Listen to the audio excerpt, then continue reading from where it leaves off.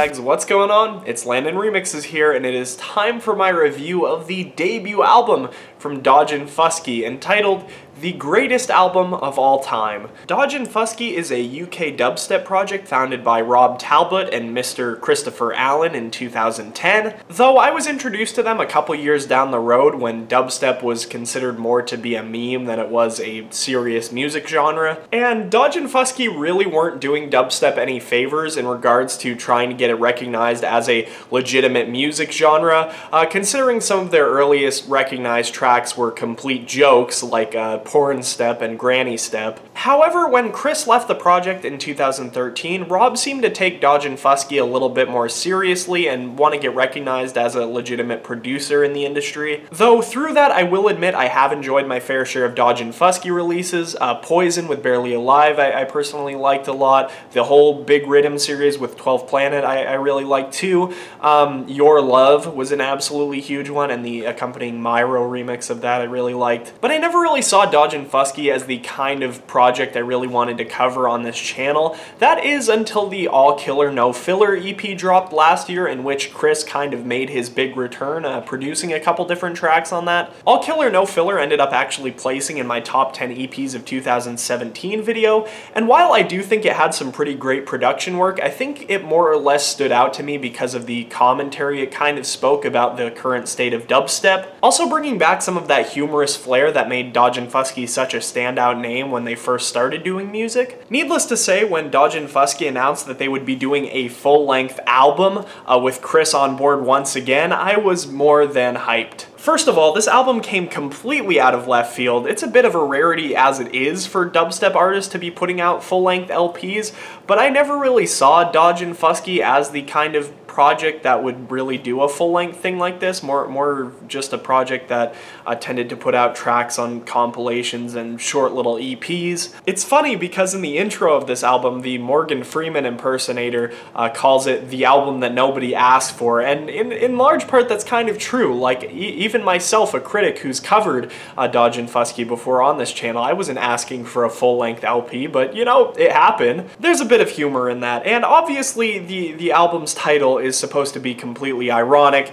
Dodge and Fuski didn't go forward expecting to create the greatest album of all time, nor do I think they think it is. I'd even say in large part Dodge and Fuski treat this album as more of a joke than like a serious musical project. Right off the bat on the album, we've got some pretty hilarious dialogue from Morgan Freeman, who honestly, my first time listening through this, at least before I got completely through the intro, I legitimately thought it was Morgan Freeman. And it gets a little meta when the narrator talks about himself in the third person and how Dodge and Fuski hired him through Fiverr. I think the intro actually sets the album up really nicely for anyone who might be assuming that this album isn't really supposed to be a joke, because it just completely throws any element of seriousness out the window. The next big joke track is the song Exposure featuring Laura Lux, who from what I've read is kind of a porn star DJ. The song starts out with this really epic cinematic intro and then just completely loses all seriousness as soon as this dialogue between Laura and this representative from a fax company starts happening. The dialogue provides some pretty hilarious commentary on how people in the industry ask people for favors without expecting to pay them,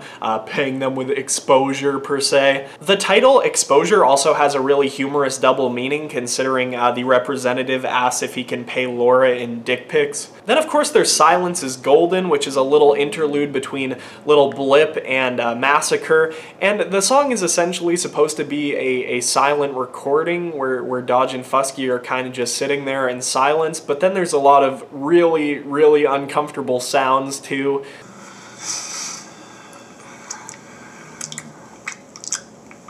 And that's really it when it comes to the tracks that are just complete jokes. There are other songs, of course, that have comedic elements to them, like the sampling of Tropic Thunder on the song Massacre. On the song Normality, it sounds like there might be some dialogue from like the Irish version of the Dr. Phil show or something. It sounds like it's in English, but I can't understand a word it's saying, and that's kind of kind of funny to me.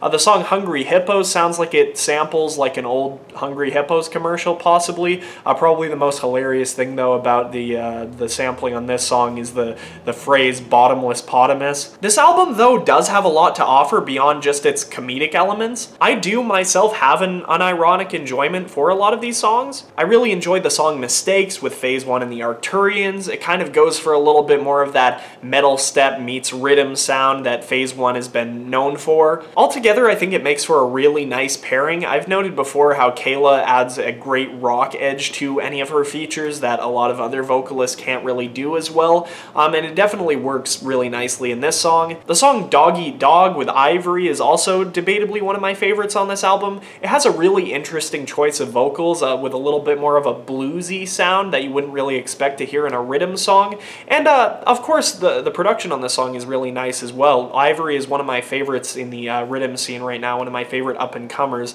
although I would say the song does suffer from what a lot of Ivory songs suffer in just having a drop that's way too long. The collaboration with Dubloads provides a really fresh take on bass house. Take Me Over with Ulasile is pretty insane, although I've kind of come to expect that from Ulasile. There's probably no way I wasn't gonna enjoy this song. Although because his production style is so crazy and so out there, it kind of overshadows anything Dodge and Fuski are doing on this track, and I'm not saying that's necessarily a bad thing if this song was released as a single, but I'm just not sure how it finds its place on this album in particular. The collaboration with Protohype, Turn It Up, is also pretty insane, cranking up the tempo and going for a little bit more of that neuro DNB sound. Although my main pick with it really isn't in the production, it's just more that it doesn't make a satisfying outro for the album. I think they could have written something a little bit more fitting with the album's kind of humorous theme, but it's not that big of a pick. Turn It Up also may or may not be referencing a song that Dodge and Fuski did back in 2013 called Turn It Up, which was released on Never Say Die. Although I'd say the more definite reference that happens on this album is on Back With a Vengeance, which uses the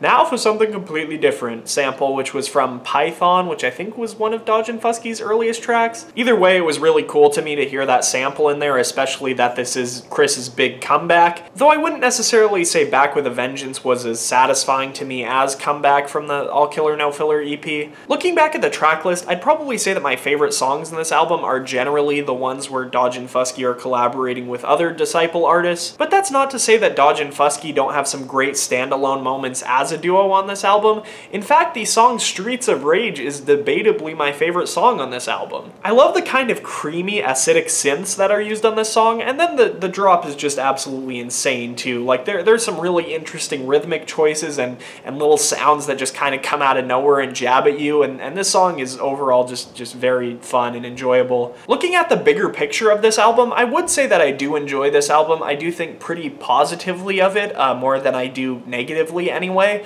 My first couple listens of this album especially I really enjoyed, but I do think the comedic moments do seem to wear off a little bit after the first couple listens. Like, I don't know how much longevity they're going to have, and I don't even know if it'll last me till the end of the year. And while this album does have some enjoyable callbacks to Dodge and Fuski's roots, it does also latch onto a lot of really trendy sounds, notably Riddim. I mean, the kind of generic swung Riddim flow is used on multiple songs in this album, the ba ba ba ba ba ba ba ba ba ba, you know what I mean. Then again, I don't really know how much of my criticism is actually valid, because I really don't know how much of this album is supposed to be a joke and supposed to be like that. I really don't know. I can't have a totally ironic love for this album, but I can't really have a totally unironic love for this album either. It's just kind of in an awkward spot. Like I've already said, there are some great moments on this album in regard to production, and there are some great comedic moments as well, and sometimes those are able to cross paths. Though all in all, I do enjoy this album, I also do think it rounds out as a little bit messy, which is probably why I'm going to give it a strong 6 to a light 6.5 out of 10. If you guys haven't listened to this album, it's definitely an interesting listen. I would suggest at least giving it one spin, and I have the Spotify link down in the description if you want to check it out. And if you have listened to this album, let me know what you think down in the comment section below. Anyway, I'm Landon Remixes. I hope you guys enjoyed this review, and I'll catch you later. Peace.